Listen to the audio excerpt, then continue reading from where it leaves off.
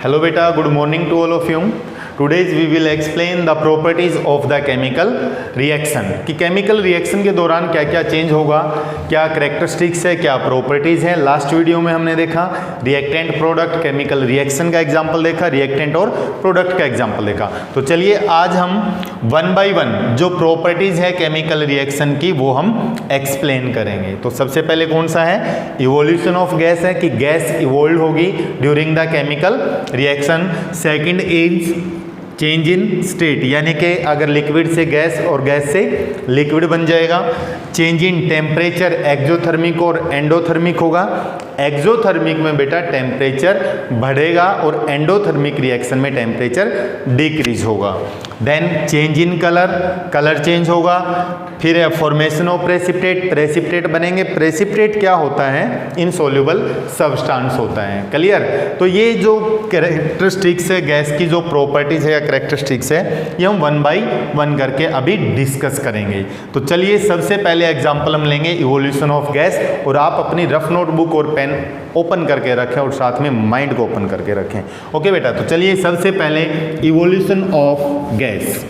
Evolution of gas कहता है कि जब भी कोई केमिकल रिएक्शन होगी, इसने कहा ड्यूरिंग द केमिकल रिएक्शन, ये कहें during the chemical reaction gas is evolve. तो हमें एग्जाम्पल बताना है और कौन से एग्जाम्पल होंगे और कैसे हमने लिखना है, किस तरीके से बोर्ड में क्वेश्चन पूछा जाएगा या एनटीएस या एनएसओ में क्वेश्चन आएगा, ये हम आज डिस्कस करेंगे during this topic the evolution of gas में। तो चलिए सबसे पहले हम एग्जाम्पल लिखते हैं। हमारे पास जिंक मेटल ले लेंगे बेटा, जिंक ग्रेन्यूल्स हम यहाँ पे बोल सकते हैं, या जिंक मेटल हम लेंगे।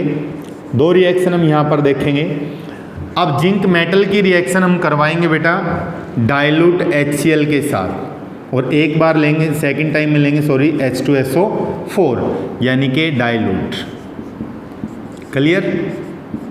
तो क्या होगा, जैसी ये रिएक्शन होगी प्रोडक्ट तो बनेगी, but gas is evolve, gas is evolve. तो फेमस एग्जांपल ये है और इनमें से क्वेश्चन पूछा जाता है बोर्ड में, यानी कि this topic is the very very most important, very very most important topic है। क्वेश्चन कैसे आएगा वो भी हम डिस्कस करेंगे। तो प्रोडक्ट हमें जो मिलेगी बेटा ZnCl2, यहाँ पर मिलेगा ZnSO4 प्लस H2 गैस। कौन सी गैस, H2 गैस। और ये जो H2 गैस है ये बर्न करती है with pop sound. H2 gas यहाँ पे लिखेंगे burn with pop sound, burn with pop sound, फट फट की आवाज आएगी यहाँ पर, पॉप साउंड। क्लियर।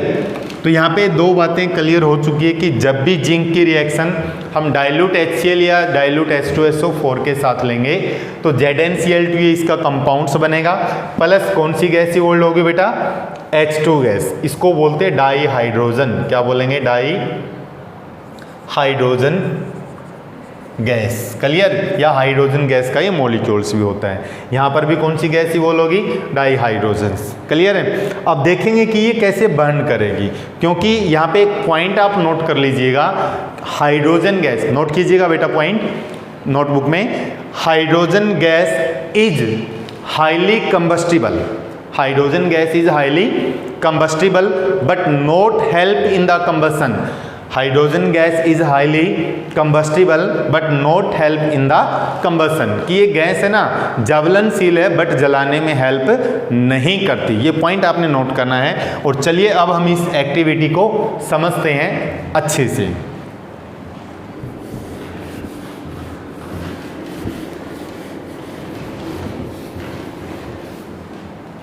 देखिए बेटा, सबसे पहले मैं यहाँ पर एक बिकर लूँगा या फ्लास्क ले लूँगा, कोनिकल फ्लास्क। क्लियर। इस कोनिकल फ्लास्क में हम कॉर्क फिट कर देंगे। क्या कर देंगे, कॉर्क फिट, इस तरीके से।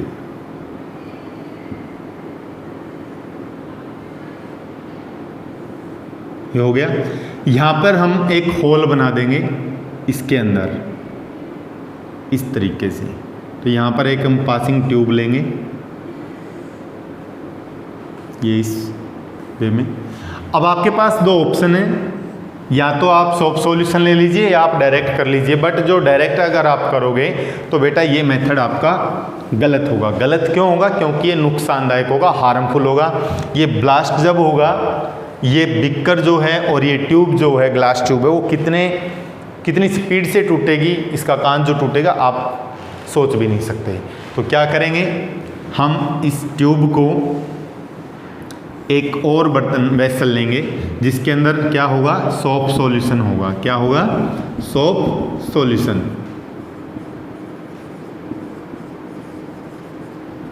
क्लियर?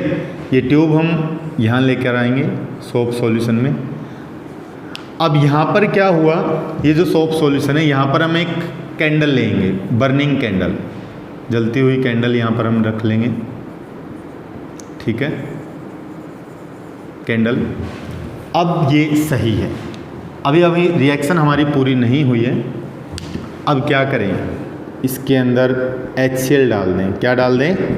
HCl। और HCl अगर हम डालेंगे, कौन सा? डाइल्यूट HCl ले लीजिए या डाइल्यूट H2SO4, कोई भी आप ले लीजिए। मैंने एग्जांपल डाइल्यूट HCl का रखा है तो इसीलिए मैं डाइल्यूट HCl ले लूँगा यहाँ पर। ठीक है, तो क्या होगा, यहाँ पे ध्यान दीजिए बेटा। अब इसके अंदर मैं क्या डाल दूँ? जिंक ग्रेन्यूल्स डाल दूँ। क्या डाल दूँ? Zinc granules. ठीक है, तो ये हमने डाल दिया इसमें जिंक मेटल। अब जिंक मेटल डलते ही क्या होगा, रिएक्शन धीरे धीरे स्टार्ट हो जाएगी, यानी कि जिंक इसके अंदर डिजोल्व हो जाएगा HCl में।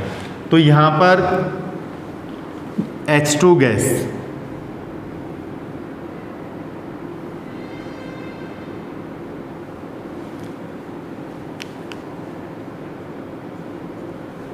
यहाँ पर बबल की फॉर्म में आपको दिखाई देगी कौन सी गैस? H2 gas. क्लियर? ये आपकी H2 गैस होगी। ठीक है, फिर ये गैस होती हुई यहाँ पर आएगी और यहाँ पर अगर जाएंगे तो यहाँ पर पॉप साउंड प्रोड्यूस होगी। कौन सी साउंड प्रोड्यूस होगी? पॉप साउंड, यानी कि फट फट की आवाज़ आएगी। ये है एक्टिविटी साथ की साथ। अब यहीं पर से क्वेश्चन आएगा आपका, और क्वेश्चन किस तरीके से आएगा वो भी आपने देखना है। क्या लिया? जिंक ग्रेन्यूल्स लिए, डाइल्यूट HCl लिया, यहाँ से हाइड्रोजन गैस बनना स्टार्ट हुई ये पासिंग ट्यूब के थ्रू, और ये कोरक हमने लगा रखा, होल बनाकर इसमें फिट किया। फिर इसको हम सोप सॉल्यूशन में लेके जाएंगे और सोप सॉल्यूशन के ऊपर जैसे ही हम बर्निंग कैंडल या मैच स्टिक लेकर जाएंगे तो वहाँ पे फट फट की आवाज़ आएगी। फटफट की वजह से कोई चीज़ फट रही हो, टूट रही हो, तो वो कौन सी होगी गैस? वहाँ पर पॉप साउंड होगी, हाइड्रोजन गैस की वजह से। किसकी वजह से होगी? ये पॉप साउंड होगी यहाँ पर H2 गैस की वजह से। क्लियर बेटा? आप इसको नोट कीजिए एक्टिविटी को। क्लियर? एक्टिविटी को नोट कीजिए। अब सेकंड एग्जांपल और मैं आपको बताऊंगा कि आप इसको कैसे टेस्ट कर सकते हैं, but with full of precaution, in the absence of teacher नहीं, लैब के अंदर in the absence of teacher नहीं। जब टीचर आपके पास में है तब आप ये कैसे देखेंगे? देखिए, मान लीजिए आपके पास ये रेंज नहीं होता तो क्या करेंगे, हम पासिंग ट्यूब का थोड़ा सा साइज बढ़ा देंगे। पासिंग ट्यूब का क्या करेंगे? साइज बढ़ा देंगे, और यहाँ पर हम जो कैंडल है हमारे पास, बर्निंग कैंडल है, वो हम यहाँ पर रख देंगे। ठीक है, तब जैसे ही क्या होगा, इसके पास लेके जाएंगे तो एकदम जोर का धमाका होगा, और धमाका होती है क्या होगा, ये टूट जाएगा। ना ही आपको कॉर्क मिलेगा, ना ही आपको पासिंग ट्यूब मिलेगी। हाँ, आपको पता भी नहीं लगेगा, आप सोच भी नहीं सकते। जैसे आपने ये डाला, आप यहाँ पे खड़े हो, यहाँ पे लगाए, आपने इसको बर्न किया, एकदम ब्लास्ट हो जाएगा ज़ोर से। तो बेटा बी केयरफुल, जब भी आप लैब में जाते हैं तो इस चीज़ का ध्यान रखना, इस बात का ध्यान रखना है कि जब भी कोई आप एक्सपेरिमेंट करते हो तो टीचर के एब्सेंस में ना हो। ओके बेटा, आप इसका स्क्रीनशॉट ले लीजिए, नोट कर लीजिए। सेकंड पॉइंट, यहाँ पे जरूर नहीं कि HCl हो, आप क्या ले सकते हैं? ZnH2SO, सॉरी ये H2SO4 भी आप ले सकते हैं। तब हमें क्या मिलेगा? ZnSO4, ZnCl2 zinc chloride and ZnSO4 दोनों ही जिंक के साल्ट है, यानी कि कंपाउंड्स है। और जो गैस इवोल्व हुई है दोनों गैस में कौन सी रहेगी बेटा? आपकी डाई हाइड्रोजन गैस इवोल्व होगी। ओके बेटा, the next topic is second है बेटा change in state. Change in state आपकी बुक में आगे पीछे लिखा हुआ, उसमें कोई प्रॉब्लम नहीं है। चेंज इन स्टेट, यानी कि जो फिजिकल स्टेट है solid to liquid, liquid to gas, gas to liquid, liquid to solid, clear, वो होगा, वो किसके दौरान होगा बेटा, केमिकल रिएक्शन में होगा। तो देखिए एग्जाम्पल हम लेके चलते हैं। पहला एग्जाम्पल हमारे पास है gas to liquid, gas to liquid, clear, gas to liquid. तो क्या है गैस टू लिक्विड में, हाइड्रोजन प्लस हाइड्रोजन गैस है प्लस O2 गैस, ऑक्सीजन आपस में कंबाइन करेगी तो क्या मिलेगा बेटा, H2O मिलेगा लिक्विड। अब ध्यान दीजिए, आप एक बर्तन के अंदर है ना हाइड्रोजन और ऑक्सीजन को यूं ही छोड़ दो बंद करके, पूरी ज़िंदगी बीत जाएगी, ये रिएक्शन नहीं करेगी जब तक इनको कोई कैटालाइज नहीं करेगा। तो यहाँ पे हम लिखेंगे इलेक्ट्रिक करंट, क्या लिखेंगे, इलेक्ट्रिक करंट, ओके बेटा। तो जैसे ही हाइड्रोजन और ऑक्सीजन गैस को मिक्स करेंगे और इलेक्ट्रिक करंट यानी कि एक स्पार्किंग करवा देंगे तो हमें लिक्विड वाटर मिल जाएगा।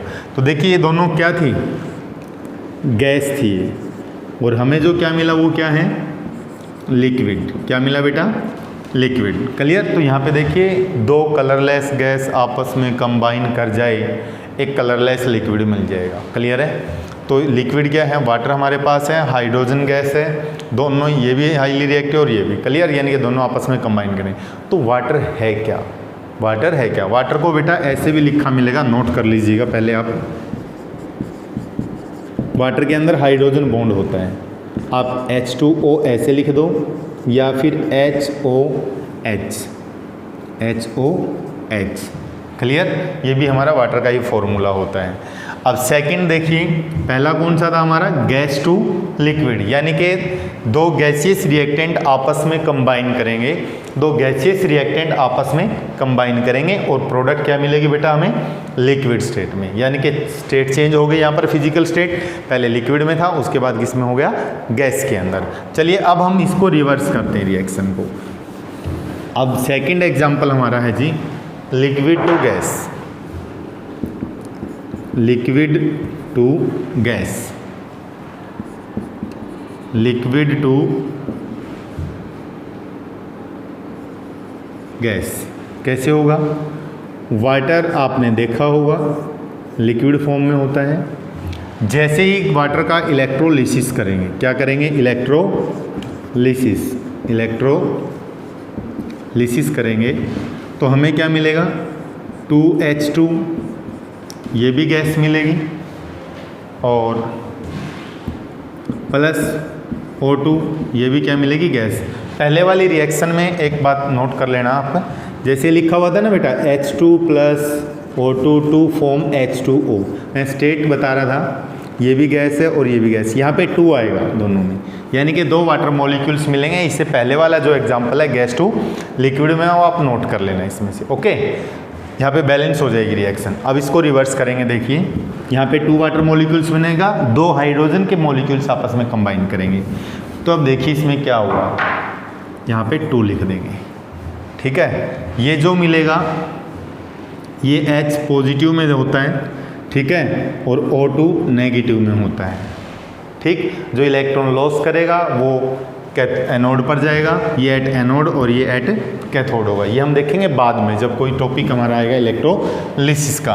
तो सेकंड एग्जांपल ये नोट कर लीजिए, मैं दोबारा फिर रिपीट करवा रहा हूँ। यहाँ पे देखिए लिक्विड टू गैस, ये लिक्विड था, ये क्या है बेटा, लिक्विड, और ये क्या मिली हमें, गैस। इससे पहले कौन सा एग्जाम्पल मैंने आपको बताया, ध्यान दीजिए कि जब भी H2 2 मॉलिक्यूल्स प्लस O2, ये भी गैस है, ये भी गैस, आपस में कंबाइन करके 2H2O मिलेगा, ये लिक्विड, ठीक है। बैलेंस हो जाएगी रिएक्शन आपकी, आप इसको नोट कर लीजिए बेटा।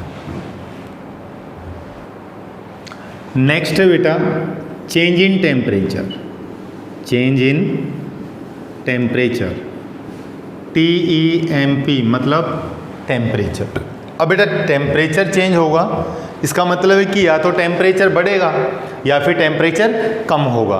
तो जैसे ही टेम्परेचर बढ़ेगा तो वहाँ पे क्या महसूस होगा, गर्म महसूस होगा, क्लियर। यानी कि हीट ज़्यादा रिलीज होगी तो क्या हो जाएगी, गर्म हो जाएगी। हम टच करके देख सकते हैं बीकर को।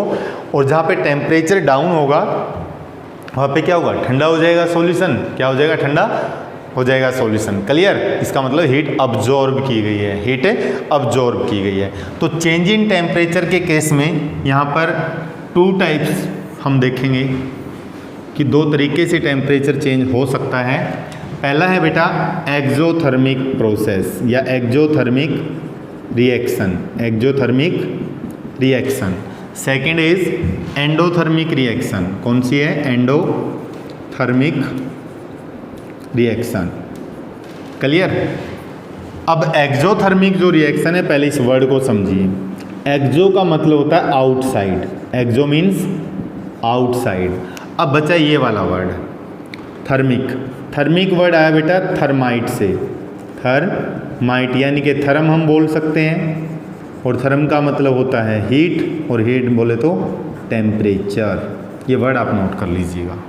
एंडो का मतलब क्या होता है, इनसाइड। एंडो का मतलब क्या होता है, अंदर, inside. Clear.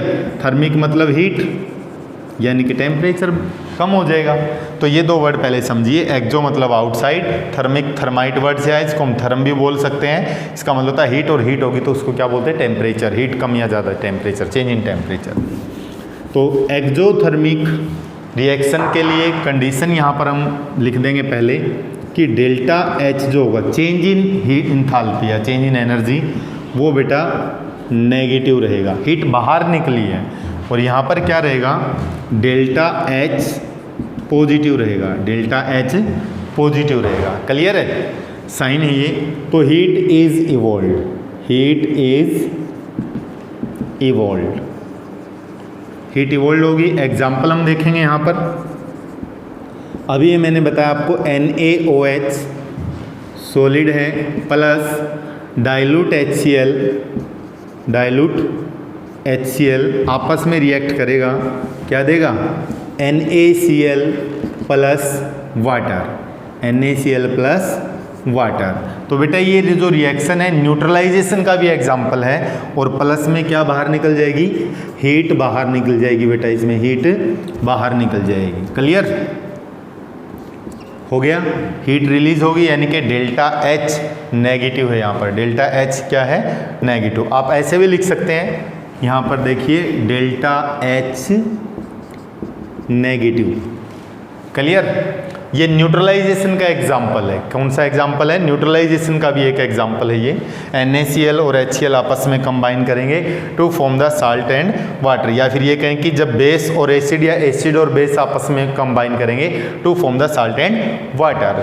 The next example is heat is absorb. यहाँ पे क्या होगा, हीट इज एब्जॉर्ब। क्लियर। कैसे होगा, जब भी हम बेरियम क्लोराइड BaCl2 की रिएक्शन अमोनियम हाइड्रोक्साइड के barium hydroxide plus ammonium chloride अगर हम रिएक्शन कर दें तो बेटा जैसे ही दोनों को मिक्स करेंगे तो BaCl2 मिलेगा प्लस अमोनियम हाइड्रोक्साइड मिलेगा। क्लियर। प्लस अमोनियम हाइड्रोक्साइड मिलेगा। तो यहाँ पर जो डेल्टा एच है, डेल्टा एच है वो क्या रहेगा, पॉजिटिव रहेगा। आपका क्या रहेगा, पॉजिटिव। यानी कि दोनों ही रिएक्शन बीकर में होगी। मान लीजिए हमने एक बीकर में दोनों ये डाल दिया, क्या क्या, सोडियम हाइड्रोक्साइड HCl, हाथ लगा कर देखेंगे बीकर को तो बीकर का जो टेम्परेचर है, सराउंडिंग टेम्परेचर वो क्या मिलेगा, ज़्यादा मिलेगा। क्लियर। इसमें क्या होगा, बेरियम हाइड्रोक्साइड और अमोनियम क्लोराइड को मिक्स करेंगे तो टेम्परेचर डिक्रीज मिलेगा, टेम्परेचर डिक्रीज। जैसे टच करके देखेंगे तो बीकर का टेम्परेचर कम मिलेगा, दैट मीन्स ठंडा मिलेगा बीकर। ओके बेटा, नोट कीजिए इसको।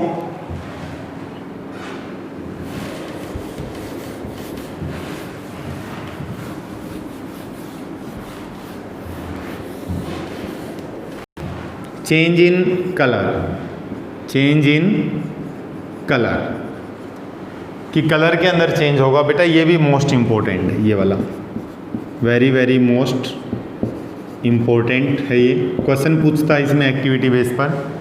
तो चेंज इन कलर में क्या होगा, वाइट टू ब्लू देखिए, या ब्लू टू वाइट। पहला example, Zn plus solid form में है Z, CuSO4 एक्वस हम लेंगे, क्या देगा, इसका जो कलर होता है वो ब्लू कलर होता है। कैसा कलर होगा, ब्लू, कॉपर सल्फेट का।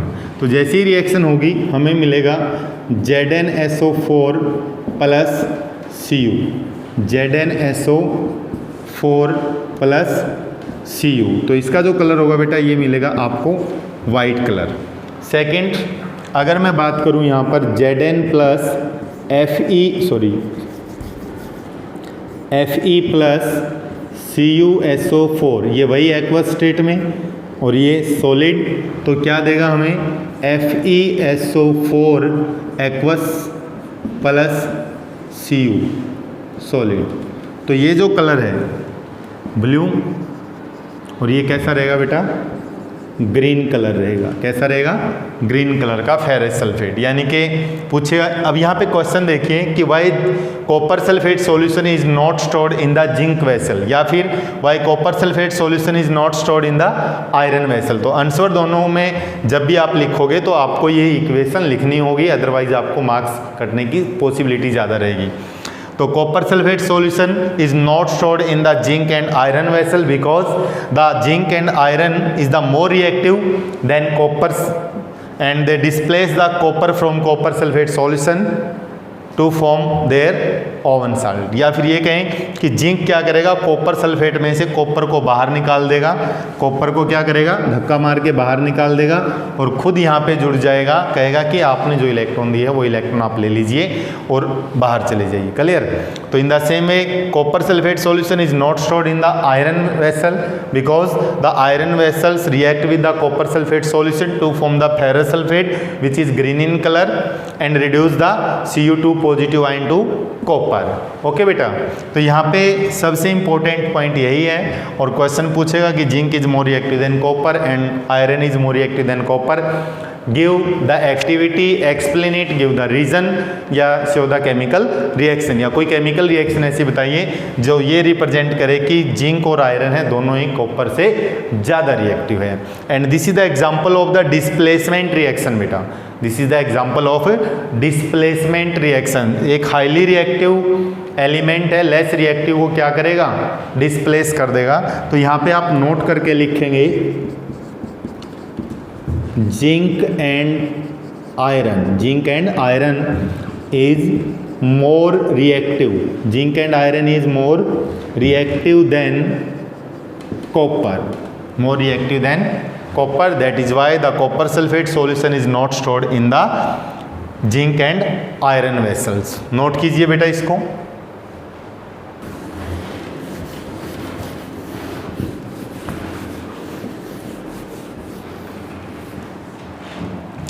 नेक्स्ट प्रॉपर्टी बेटा,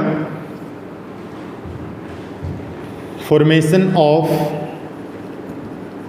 precipitate, PPT, formation of PPT यानी कि प्रेसिपिटेट। देखिए जब भी हम NaCl प्लस AgNO3 दोनों के सॉल्यूशन मिक्स कर दें, दोनों का सॉल्यूशन हम यहाँ पे लेंगे तो क्या होगा, AgCl ये नीचे बैठ जाएगा प्लस NaNO3 बाहर निकल जाएगा। ये जो मिलेगा हमें ये वाइट PPT मिलेगा। क्या मिलेगा, वाइट PPT। जब भी ये एरो का निशान आपको दिखाई देता है इसका मतलब है कि उसमें प्रेसिपिटेट बने हैं और ये सॉलिड फॉर्म में नीचे बैठ जाएगा, अमोनियम नाइट्रेट अलग रह जाएगा। सेकंड एग्जांपल है BaCl2, ये भी एक्वस फॉर्म में ले सकते हैं। Na2SO4 ये भी एक्वस ले लीजिए। तो क्या होगा, जैसी रिएक्शन होगी BaSO4 ये नीचे बैठ जाएगा बेटा वाइट PPT की फॉर्म में प्लस 2NaCl बाहर निकल जाएगा। यानी कि दोनों ही सिचुएशन में क्या है, दोनों रिएक्शन में क्या हुआ, प्रेसिपिटेट बने हैं। प्रेसिपिटेट क्या होता है, इनसॉल्युबल सब्सटेंस होता है। ओके बेटा, thank you and have a nice day.